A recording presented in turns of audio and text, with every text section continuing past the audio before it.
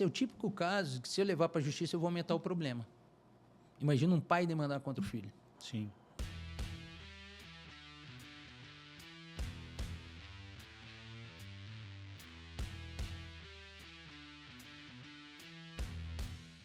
Olá, meu nome é Tiago Barbosa, sou advogado, especialista em direito do idoso, planejamento sucessório e direito de família. Nesse novo episódio, com uma pessoa que tem me direcionado e me ajudado muito nessa minha caminhada, nesse meu novo propósito, até como não só apenas na parte física de gravação e tudo mais, como mentor, né, mas também como um conselheiro, né? O Daniel tem uma experiência de vida, uma das pessoas que eu tenho convivido que mais eu admiro. Ele, a família Brunet, como seu pai, o seu Dário e o Tiago. Então, para mim, hoje é um dia especial de gravação, que, além de tudo, ele é jornalista, né? Poucos sabem. Tem um histórico aí, tem um documentário que eu tive o prazer de assistir, que fala até sobre questões do judiciário. E o Daniel, por ser um mentor na área de comunicação, tem me auxiliado a trabalhar esse gap que eu sempre tive. E não é só na questão profissional, tá? Quando eu procurei o Daniel e a mentoria aqui, a comunicação, parte dela é para vocês aqui, né? Para falar da advocacia, mas muito dela também é para falar com a minha esposa, com meu filho. Então, quando a gente tem um mentor como ele aqui, transcende a questão só da área profissional, né? Então, tenho buscado levar os ensinamentos do Daniel e de sua família, não só para a minha advocacia, para esse projeto aqui, mas para a minha vida pessoal em especial. Então, é um prazer estar com você aqui, Daniel. Obrigado pelo convite, obrigado pela apresentação, pelas palavras tão generosas. Vamos conversar hoje sobre a questão do idoso, né, no Brasil, as violações, como eles podem evitar isso, né, como o idoso pode notar que está sendo passado para trás, os sinais, né? Eu trouxe uns dados aqui e vou compartilhar para a gente poder pautar a conversa. Mas muito obrigado, estou muito feliz de estar aqui no podcast Tiago Barbosa. Obrigado você, Daniel. Ó, o dado que eu tenho aqui é do Disque 100, é um serviço oficial do Brasil e ele reúne denúncias sobre violação aos direitos humanos. Sim. Então, se alguém entende que uma pessoa está tendo o seu direito violado, ela entra em contato e faz a denúncia. O dado que chama a atenção é que, em relação ao 2023, ao ano de 2023, houve um aumento no número de denúncias ano passado. Foram 657 mil denúncias, um aumento de 22,6% em relação ao ano anterior. Ou seja, mais pessoas estão conhecendo o serviço, mais pessoas estão denunciando, mais casos estão acontecendo. Esse último dado é que é o perigoso. Dos dados acontecendo. Dos dados acontecendo. E dos grupos mais afetados pela ordem, criança e adolescente, isso é notório, né? A gente anda na rua, a gente vê como o direito da criança é violado todo dia. Em segundo lugar, os idosos. E em terceiro, as mulheres. Ou seja, os idosos fazem parte de um grupo que é muito atacado nesse país. E eu queria que você falasse um pouco como advogado, um cara que ouve as pessoas há tantos anos, os idosos, a terceira idade. Quais são os tipos de ataques e violações que mais acontecem com eles? Daniel, mas olha, antes de responder essa pergunta, olha só, na imprensa, você da imprensa, trabalhou muito com jornalismo, qual desses é o que mais aparece nos noticiários? Dos três grupos? Eu acho que fala muito do caso da mulher, de feminicídio, e é o terceiro. Muito forte. E é o terceiro, das denúncias. Das denúncias? É. Olha só. Fala muito de criança também. É. E o idoso já está ali em segundo. É. Eu me arrisco a dizer que nos próximos 10 anos, Daniel, é capaz do idoso passar a criança. Por quê? Não só pela questão da natalidade. Com a população está envelhecendo muito. Então, também nascendo pouco. Então, eu creio que com a divulgação mais ainda dos dados, se nós fôssemos apurar realmente o que tem acontecido, talvez até seja quase maior, igual. Hein? Só pontuar uma coisa interessante que você está chamando a atenção. Que o crime contra a mulher, quando ele vai para o noticiário, é porque algo está acontecendo de ruim. E aí nós temos os casos de feminicídio, mulheres que perdem as vidas, sofrem tentativa de assassinato. Isso é muito comum nessas relações de violência doméstica, e o Brasil é um país terrível para isso. A criança e adolescente quando o caso é ruim e vira notícia ruim, Uso, essas coisas. tem abuso, tem abandono, tem criança sendo explorada, né? E o idoso, geralmente, ele é vítima de um golpe financeiro. É isso que acontece com o idoso? É uma das coisas que acontece, né? Mas acontece também muito a questão da alienação até psicológica, assim, o impacto nessa questão financeira. Você vai ver que parte dela tem a ver com a dilapidação patrimonial não só na família dos filhos e golpes, né? Vamos dividir em dois assuntos. Hoje a maior parte do aumento da dívida dos idosos, né, nos seus contra-cheques, tem a ver com ajudar os filhos, pressão de familiar para poder ajudá-lo. Ó, isso aqui é uma interessante, exploração. porque na pesquisa que a gente teve acesso do Disque 100, o perfil da pessoa que comete o abuso, que vai contra o direito, é alguém conhecido, e geralmente o abuso ou a violação do direito acontece dentro da casa da pessoa. Então nós estamos falando de crimes, entre aspas, familiares. Pessoas conhecidas cometendo crime. É exatamente o que acontece no seu que você vê no dia a dia do trabalho. Isso, exatamente. E é feito, como é feito isso? Com pressões psicológicas, muitas vezes. Ou até mesmo utilizando de meios ardilosos, vamos colocar assim. Empresta uma procuração aqui para tal coisa, vai lá e contrai você próprio empréstimo, entendeu? Iludir. E muitas vezes o idoso ele acaba sendo vítima, né, dos seus próprios filhos, né, de algumas coisas, sendo induzido. Muitas vezes eu sinto, Daniel, que eles até sabem o que está acontecendo, mas para não criar um problema familiar maior, ele fecha os olhos para algumas verdades. Ele não quer ver a verdade ali. Muitas vezes isso é preocupante. Então, assim, parte desses casos que eu vi é sempre a questão de empréstimos contraídos com consentimento, forçado ou não, ou escondidos, ou golpes, né? Também, paralelo a isso, tem muito golpe. Aí já é fora da questão da família. O idoso denuncia quando? Quando o outro para de pagar? Não, algumas vezes. Normalmente, quando ele não sabe, é quando ele fica sabendo, né? Seja Quando ele descobre o golpe. quando ele descobre ou o golpe, ou seja do filho, ou seja de outrem, vamos colocar assim. Esse é um. O outro é quando há alguma briga familiar, que não tem nada a ver. Agora eu vou parar, vou secar a fonte, como se fosse assim. Algum dissabor que ele teve com o filho. Sim. Né? Então, os motivos, pelo menos os que eu tenho conhecimento de alguns clientes meus que me ligam pedindo algum conselho, o que fazer, e é muito difícil. Como é que você demanda contra o seu filho? Sim. Então, muitas questões, que é o que o escritório sempre se pauta, e a gente estava conversando um pouquinho antes, é que nem tudo se resolve na justiça. Esse é o típico caso que, se eu levar para a justiça, eu vou aumentar o problema. Imagina um pai demandar contra o filho. Sim. Você acha que isso vai causar um dano emocional na família e vai tirar a paz que vai perpetuar, às vezes, ao longo dos irreparável, anos? É irreparável. Então, há situações que a mediação, aí é isso que eu pauto, sempre a atividade, a advocacia extrajudicial e essa mediativa, e usando os princípios que muito vocês pregam, a gente usar os princípios milenares que estão aí, que funcionam, é para poder manter pelo menos uma harmonia na família, pelo menos mínima, né? Vamos colocar uma convivência harmônica, porque a demanda judicial, eu vou processar um filho, acaba com qualquer... E normalmente acontece. Você vê casos como o Cid Moreira. Vamos pegar um exemplo aqui que estava muito em voga. Teve questões que levaram a interdição e deserção. Enquanto toda a imprensa focava na questão do que os filhos poderiam fazer, muitas vezes o meu foco é, como é que alguém deserda filho também? O que esses filhos fizeram? Eu me pauto muito no que motiva as pessoas a chegarem a esse ponto, dentro da sua própria família, de enganar um ao outro e tudo mais. Então, esse estudo, você tem que ter essa cautela antes de sair, né, prestando algum tipo de serviço ou orientação jurídica, né? Então, tem que conversar um pouco, você tem que entender um pouco mais a raiz do problema, no que essas questões familiares. Quanto a golpe, não tem muito o que conversar, é fácil. Claro. Você vai lá, denuncia, vai na delegacia, só que você não recupera quando é golpe muito digital. Difícil. Muito difícil. Mas você vai ver que é sempre questões que envolvam a emoção. Isso é verdade. Falando de golpe financeiro, se a gente trouxer para um outro campo, as pessoas que caem em pirâmide, em promessa de 8%, 12%, enfim, a pessoa caiu no golpe, dificilmente ela recupera o dinheiro, porque esse dinheiro some. Então, quando o idoso cai num golpe financeiro de alguém da família, dificilmente ele vai conseguir meios de recuperar o dinheiro.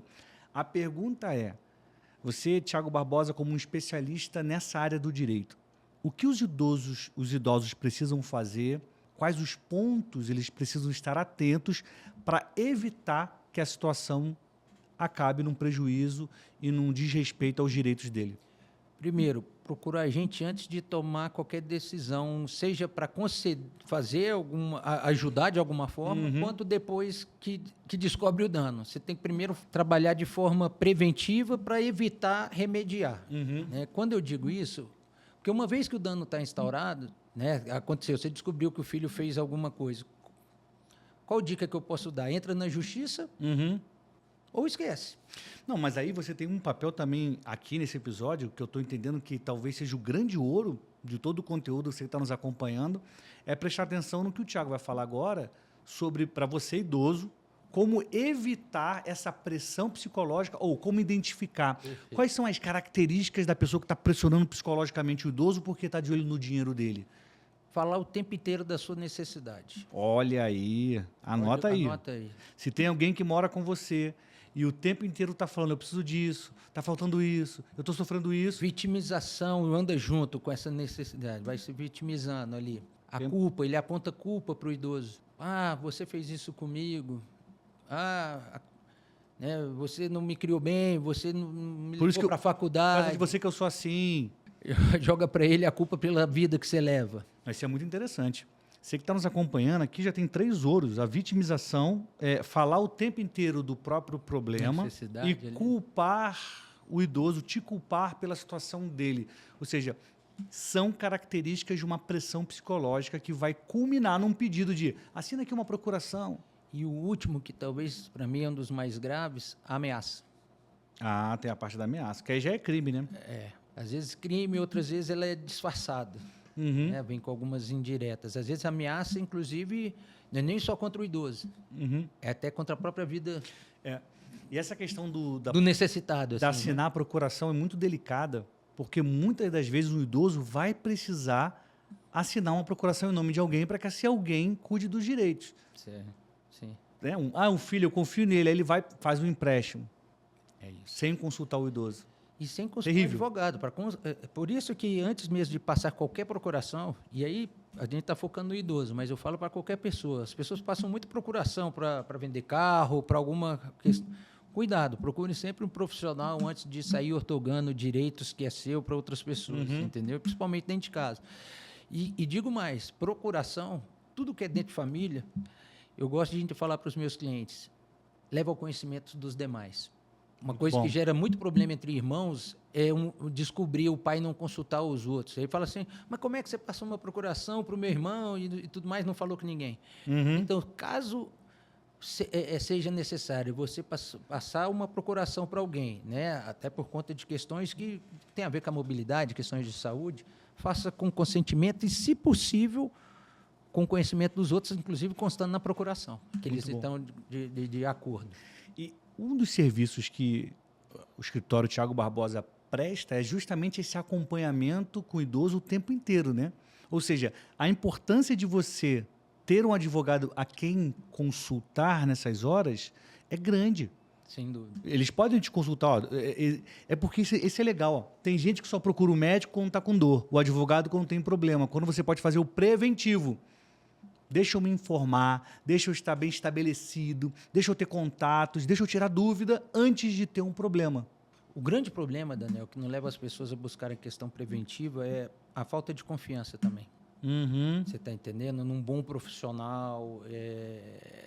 Não é fácil você buscar uma consultoria, e eu faço isso às vezes de forma até para alguns clientes meus, para os idosos em associação, que eu presto esse serviço, que um dos meus serviços é para uma associação de aposentados. Aí eu dou as orientações, é exatamente ter a segurança e a credibilidade. Quando você já está há 20 anos numa associação, você passa a ser uma referência para as pessoas ali.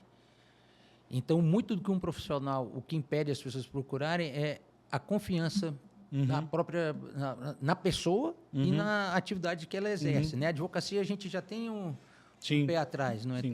Com algumas situações. mas você buscar uma pessoa de confiança. É.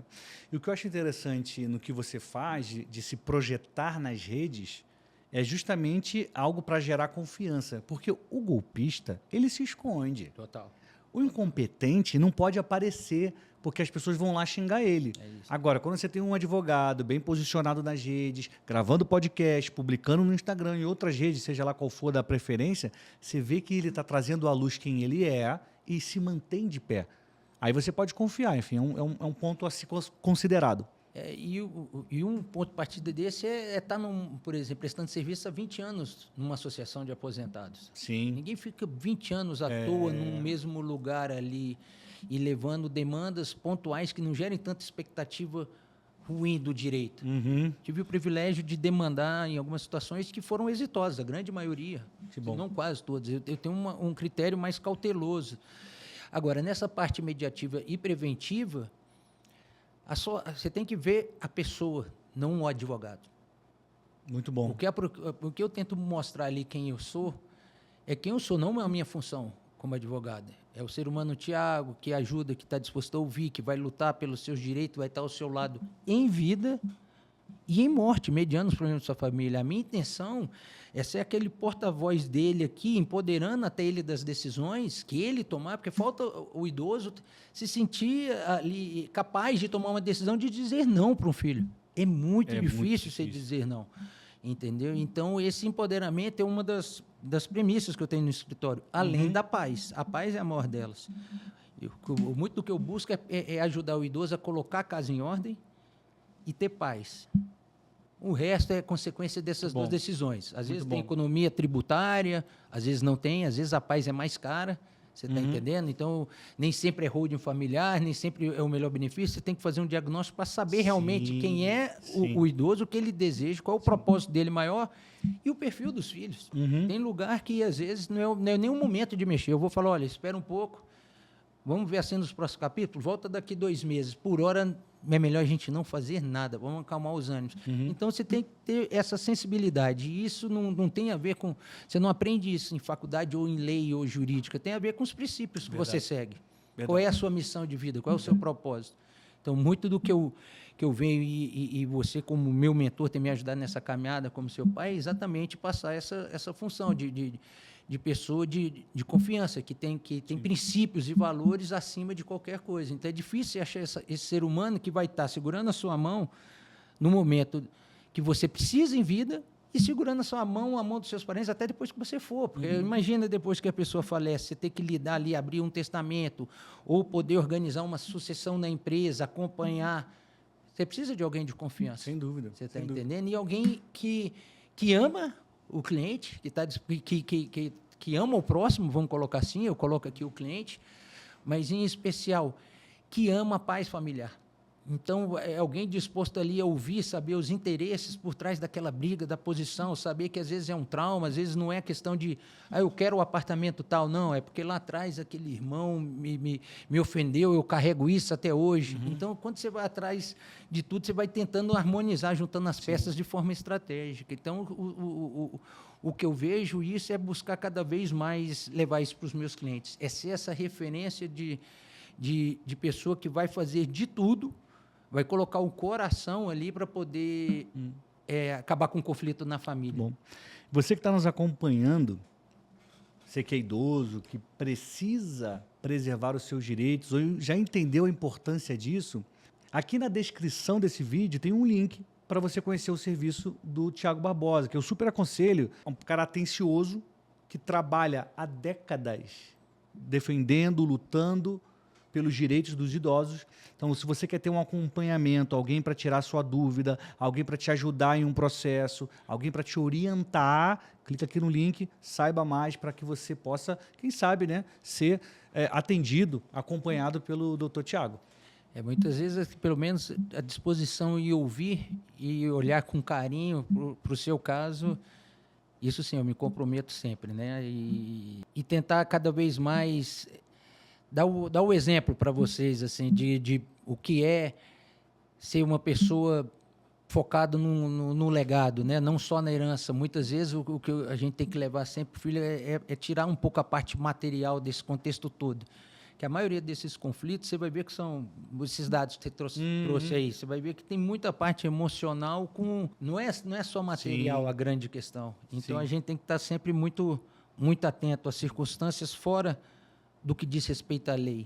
O que a lei diz. A lei nem sempre é o início e o fim, né? Então, tem coisas ali que os princípios falam mais alto nesse momento. E acalmar os ânimos de uma família, principalmente quando você descobre que o filho está te traindo, ou um irmão. É terrível.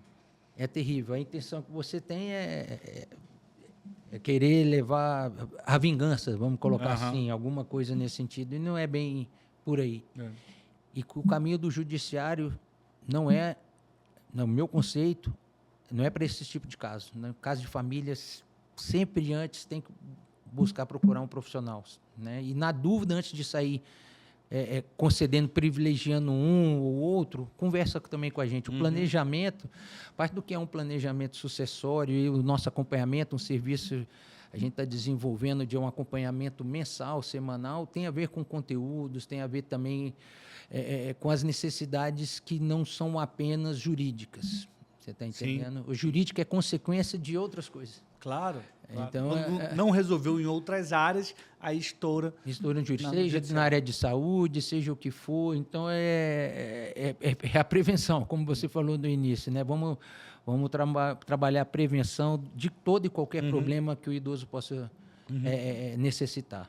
Você falou há um tempo atrás, aqui, uns minutos atrás, e eu vou só registrar, porque acho que vale a pena você gravar esse episódio, como o idoso deve dizer não para o filho. Como saber a hora de dizer não, ensinar o idoso a dizer não para o filho ou a filha, para não sofrer essa pressão psicológica, esse abuso lá na frente, né? Você, como advogado, que já ouviu tantos casos, tem tudo para poder aconselhar e livrar as pessoas aí de um peso. Tem muita gente que deve estar sofrendo com isso nesse momento, porque não sabe dizer não para um filho ou para a filha, né? Aí, muitas vezes, alguns dizem não via testamento, depois que não está aqui. A surpresa vem ali no testamento, você está entendendo? Verdade. Porque às vezes ele quer poupar para ter paz em vida, sim, ele deixa isso para depois, o que é uma possibilidade de um serviço. A gente viu isso na história do Zagallo, né? Um grande nome do nosso futebol, do esporte brasileiro. Quando ele faleceu, um filho ficou com a maior parte, os outros ficaram com quase nada, né? Mas esse é o poder da decisão. Isso é o dizer sim para a vontade dele. Só que só faz isso depois que morre, né? Pode ser feito em vida, se for bem acompanhado. Parte pode fazer isso em vida. É muito delicado mesmo. É delicado. É por isso que a gente tem que... Não é só o empoderado da decisão de saber dizer não. É como dizer, como caminhar. É uma construção individual. Não adianta. Tem que sentar e ter algumas reuniões, algumas conversas para a gente tentar construir isso junto. Você constrói isso de acordo com cada cliente. Não tem uma receita de bolo aqui. Mas a maior parte eu mencionei aqui, mas é muito pessoal. Sim. Mas também estabelecer verdades, normas de conduta e lembrá-las. Por exemplo, hoje em dia, muitas pessoas falam que você não deve emprestar dinheiro para um amigo. Se alguém vier te pedir dinheiro emprestado, sabe o que você faz? Dá uma parte e fala, estou te dando, não quero de volta. Por quê? Se a pessoa não te pagar, você não está esperando. Muito provavelmente ela não vai pagar, vai criar um problema. Se você disser não, vai criar um constrangimento com o seu amigo. Então você, está precisando de 100? Toma aqui 50, é o que eu tenho, não precisa me pagar, eu estou te dando. Tem gente que já deixa isso estipulado, já vai falando. Quando o amigo precisa de dinheiro, ele fala, não vou lhe pedir para o Thiago, porque o Thiago já cansou de falar que ele não empresta dinheiro para amigo.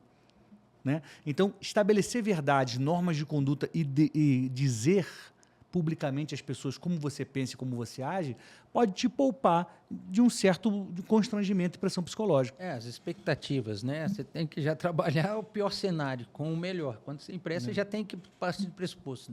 O pior cenário é qual? Ele não me pagar. Beleza, então vou emprestar já sabendo que essa é a pior consequência. Qual é a melhor? Ele pagar tudo, seja o que for. Você colocar isso na cabeça que você já tem que ele já fazer, já pensando no pior e no melhor. Ponto. O problema maior é quando você faz isso com um amigo e não faz em casa. Muitas vezes você tem uma norma de conduta com um filho mais rígida do que com aquele amigo. Isso gera um desconforto gigante. Então, se você for tiver um critério, faça com todos.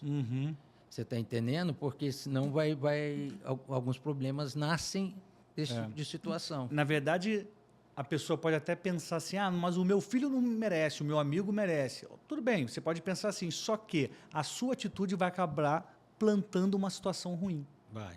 Eu tive casos de a pessoa não emprestou dinheiro para o filho, ou emprestou com uma condição alta, e para o irmão que não pagou, que foi avisado, que estava com dificuldade em pagar, não estabeleceu nada e ainda tomou o cano. E aí? Como é que fica isso dentro de casa? Pô, privilegiando o irmão em vez do próprio filho? Mas aí, em contrapartida, você tem que perguntar para ele, por que não emprestou no meu filho? Porque eu não é digno de confiança, meu irmão. Enfim, é uma série de situações. Tem que ter muita sabedoria para lidar. Tem que ter muita sabedoria e cautela. E uma das coisas importantes é buscar conselho, você não tomar decisão precipitada. Às vezes você ouve só um lado. É bom você ouvir algumas pessoas. Eu não digo que eu não tenho a verdade, nem o serviço que a gente presta. É mais uma opinião para te dar. Você está entendendo? Você vai buscar também ouvir outras pessoas da família e tudo mais. Não estou excluindo nem opinião de filho aqui, né? Porque muitas vezes eu não estou querendo você falar alguma verdade aqui e você tomou uma decisão que vai falar, não, de forma alguma. Vai ter sempre que você buscar outras peças-chave. Se eu sou o escritório e a parte jurídica, a consequência, cada um é uma delas apenas. Muito bom, muito bom. Eu vou só reforçar aqui, a gente está caminhando para o final, uma coisa que você falou que eu achei muito interessante. O idoso, a idosa, ela precisa compartilhar as informações com todos, para que todo mundo saiba. Porque às vezes vai ter um filho, vai ter uma filha, que tem o juízo no lugar, e quando descobrir, quando entender o que está acontecendo, pode remediar, pode tentar resolver. Agora, se fica um mistério, ninguém sabe de nada, quando o problema acontece, aí é tarde demais para resolver. Aí é caso de polícia e justiça. É isso. E o problema é quando também o rebelde. Tem sempre um que necessita mais. É sempre o dilema entre um que deu mais limite, que parece que teve mais sucesso, conseguiu uma prosperidade maior, e aquele que foi mimado, que não conseguiu. Acontece muito isso na maioria das famílias. Então, sempre vai ter esse choque. Cada filho tem um perfil, seja de comportamento ou traços ali, temperamentos. Então, você tem que colocar tudo isso numa balança. Por isso que muitas vezes o testamento é indicado, falou, não, o problema não é aqui vai acontecer uma coisa, vai piorar meu serviço. Esse é o critério que a gente usa no escritório. Como o nosso foco é a paz, eu não vou vender um produto ou vou prestar um serviço que eu sei que vai atrapalhar. Porque meu foco não é no dinheiro, não é no meu honorário. Então, a casa que eu pego o cliente, eu vou falar assim, não vamos fazer nada. Obrigado, um abraço, não precisa pagar nada. Muito bom. Segue aí, mais para frente, quem sabe. Muito bom. Né? Faz todo sentido. Olha, vou repetir aqui as 4 dicas que o Thiago deu. A minha função de repórter comunicador, resumir, entregar os tópicos para facilitar a sua compreensão. Estou cumprindo aqui nesse episódio. 1. Como identificar a pressão psicológica para que você não caia nela. É quando aquele parente está o tempo inteiro falando do problema dele. Número 2. Vitimização. Sempre dizendo que tudo acontece com ele. Porque a vida dele é ruim. Porque o governo prejudica ele. Está sempre se colocando no papel de alguém que precisa de ajuda. Vítima. E 3, culpa o idoso. Porque você fez isso lá em 1950 e por isso eu sou assim. E 4, ameaça. Se você não fizer isso, eu vou não sei o quê. Começa a pressão psicológica que vai culminar com um pedido de dinheiro, com roubo, enfim, com algum crime. Então, aqui os 4 pontos que o Dr. Thiago trouxe, que você tem que guardar isso na sua cabeça e compartilhar com seus amigos e amigas para que eles não passem pelo mesmo problema. É isso aí. Contem comigo, com o escritório que tiver ao nosso alcance. O que a gente quer é a harmonia da sua família. Sempre. Esse é o foco, é te ajudar a colocar a casa em ordem e dar paz, que vocês tanto merecem. Obrigado, Daniel. Eu que te agradeço pelo convite, foi um prazer estar aqui compartilhando com você. Você que está nos acompanhando aí, um abraço, saúde e paz. Que Deus abençoe. Paz, amor e unidade. Obrigado, gente.